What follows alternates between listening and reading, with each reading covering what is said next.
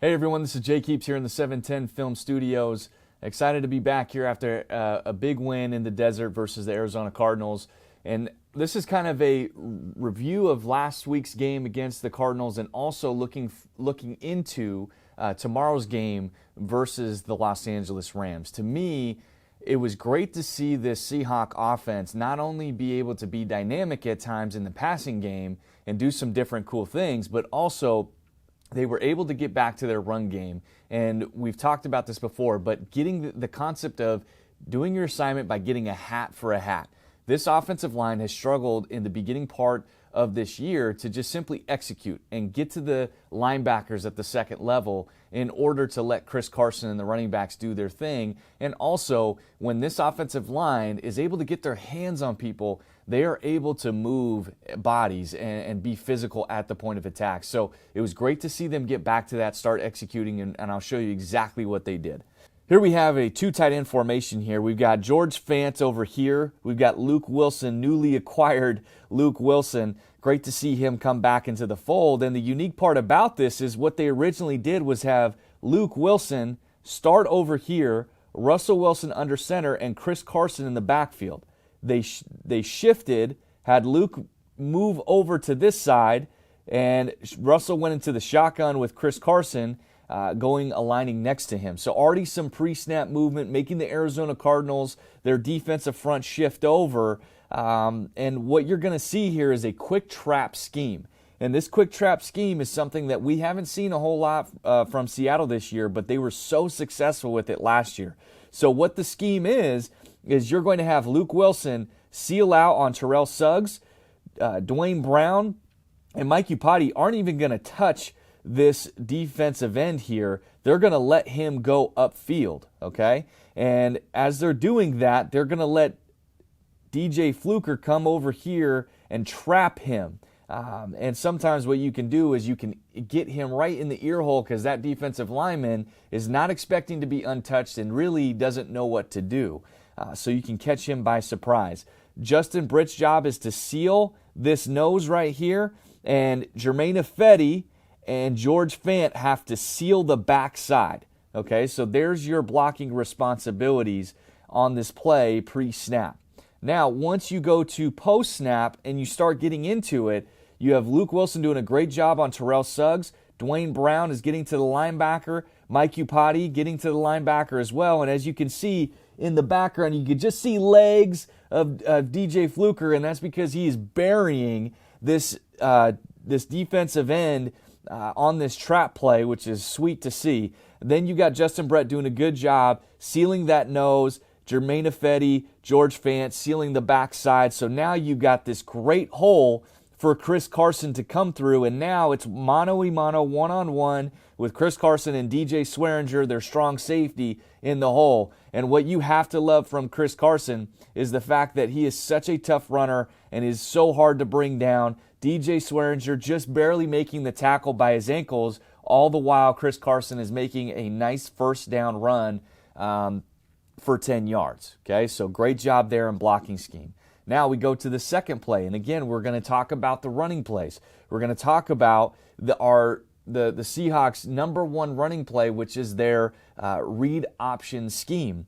So what we get here is we've got a normal front, but we've got our Sam linebacker walked out on the edge over here. Okay, so he's not in the picture. But what we're going to have here is this group is going to slide. All right, they're going to zone front side. So George Fant is going to go take care of that Sam linebacker out of the picture. You're going to have Dwayne Brown and Mike Upati. Dwayne Brown is going to work on this defensive end. Justin Britt and Mike Upati are going to combo block to get to 56 here. And Germain Ifedi, DJ Fluker are going to combo block to get to 43, leaving Cassius Marsh, familiar name, as that guy off the edge for Russell Wilson to read. So that is the blocking scheme that you have here. Now, once you get into it, post-snap, this is something that the Seahawks have struggled with. They're getting their combination blocks here, right? You see, great job, Dwayne Brown locking him up, George Fant going out.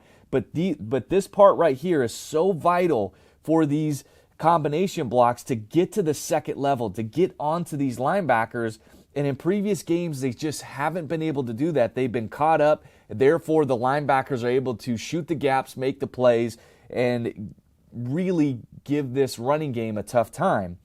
But now you see on the next page here that you've got everything sealed up. You were able to get to the second level. DJ Fluker's getting to 43, and now you've got this really nice running lane for Chris Carson to, again, get a nice gain on first down, a 12-yard run for Chris Carson. So those are going to be the keys into this running game as you're trying to face the Rams. It's a very good group. This is an active group. But if you can get your hands on those second-level defenders, your running game with Chris Carson, Rashad Penny, and crew are going to be able to make things happen. So that is a huge key in all of this.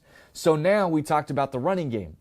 What I loved is that the Seahawks offense used some of those running plays, those schemes, and really capitalized on them, meaning we're going to show those same run looks, and now we're going to play action pass off it. So here's one example of that. So very similar setup as before.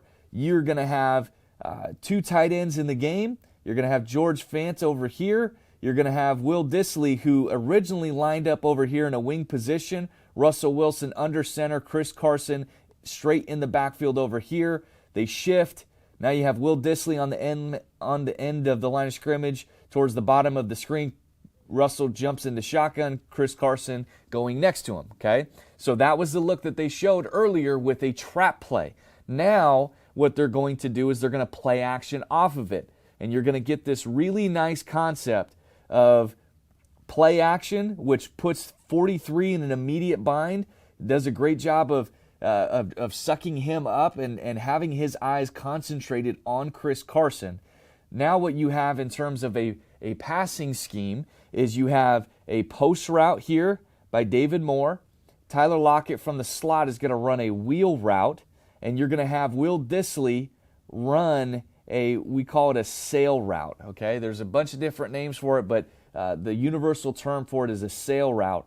All right, and so now he's getting behind the linebackers, all right, and into this void right here. Okay, so now what Russell Wilson is reading is he's reading this corner right here. He knows that this hook to curl defender is out of the picture, all right, and now he's looking at, all right, is this corner here going to fall off and try and rob the route to Will Dissly, or is he going to continue to run with Tyler Lockett? He continues to run with Tyler, leaving Will Dissly in this nice voided area for a good completion. Again, 1st and 10. All of these plays are on 1st and 10 for a nice first down. The last play that we're going to get into here is one of my favorite plays, one of my favorite drives is you immediately they got a nice big chunk play from Jerron Brown. They immediately get themselves back on the ball and go to this play right here. This is a traditional deep play action pass game, traditional Seahawks from what you saw last year and what Tyler Lockett has been so good at. So you have this kind of condensed formation. I'm a big fan of that. It's a big trend in the NFL. Giving yourself the ability to expand defenses in a play action pass scheme or passing scheme in general, and also being able to stay physical in the run game. So now you get this play action pass, and Russell Wilson has a nice clean pocket here, right, which you love to see. And now you've got David Moore. This is a two-man route. David Moore is going to settle in the middle of the field here with Tyler Lockett coming up and across. And as you can see, David Moore is going to find this zone, and it's going to be great. He's going to be wide open, but what Russell is looking for is this voided area over here. And what you have is this corner trying to run with David Moore. You know that he can't get there with Tyler Lockett, and so that's where Russell is looking for this throw. The beauty of this route of Tyler Lockett is look at Lockett's ability to make this safety turn all the way around. His back is completely to him, making it impossible for him to cover Lockett to the other side of the field. So now you go to the final picture. You have the corner, you have the other safety drop back just enough. Budda Baker, the corner jumps David Moore, and now this is the beauty of Russell Wilson is downfield, his ability to be accurate. Look at that throw right there. Tyler Lockett wide open and just over the fingertips of Budda Baker. That is precision. Precision route running, precision throw by Russell Wilson. At the end of the day, for this offense, you have to have the ability to be dynamic in your run game by simple execution. You have the right players in place. You have the bodies, the guys that you want to be physical. It's a matter of executing those run schemes and getting to the second level of those linebackers. And the final part of it is using those run actions that you have and being able to be effective with it and utilize that in your passing scheme to really throw those defenses off guard. So that's one of the things that I'm going to be looking for in this game in particular against the Rams. How are they able to execute in the run game, and then from that be able to marry those same type of formations and looks to really attack down the field and put the Los Angeles Rams coverage in a bind.